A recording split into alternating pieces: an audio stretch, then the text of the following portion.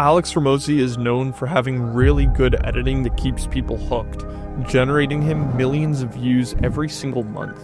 But today, in less than 2 minutes, I'm going to teach you how to replicate 2 of his most used techniques that result in 90% of that Alex Hormozi look.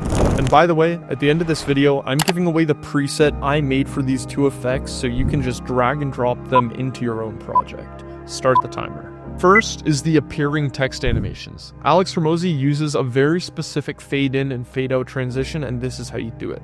First, write out your full sentence you want to subtitle, duplicating it as many times as words there are. Mask out each word in its own layer, then set markers for the beginning of each word and move the beginning of the text layers to those points. Add a shape layer that just about covers that text, and then add a track matte for the text to that shape layer you just created. Keyframe the opacity and the position and have the position start before the opacity kicks in, with the position and opacity ending at the same time. Easy ease both keyframes, but only copy this graph for the position keyframes. And now copy and paste for the beginning of every single text layer and have the opacity keyframe be at that beginning point where the marker is, not the position keyframe. Then copy the keyframes that you made, find the point that you want the text to start fading out, and reverse the position of the keyframes. Next, make the graph look like this. Copy and paste the keyframes, but for each text layer, move forward 3 frames to create this domino effect.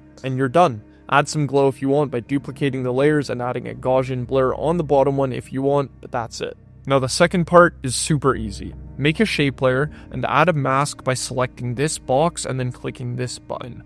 Take off about 1 inch from the shape layer, add some feather, and make sure you hit the subtract button. Play around with the box, move it up, adjust the mask so you have a decent amount of fading without seeing the edge, and also adjust the opacity so the overall look isn't too harsh and it comes out just how you want. Add a similar keyframe to this shape that you did with the text, and just play around with the graph until it looks smooth, like I got here. That only took 1 minute and 51 seconds. But if you want to skip the editing part and simply drag and drop a preset to get the same effect I showed you today, join our free community, LoomTube. Link in the description, which is where you can find these exact presets I made to just drag and drop onto your text layer so you can get the same effect.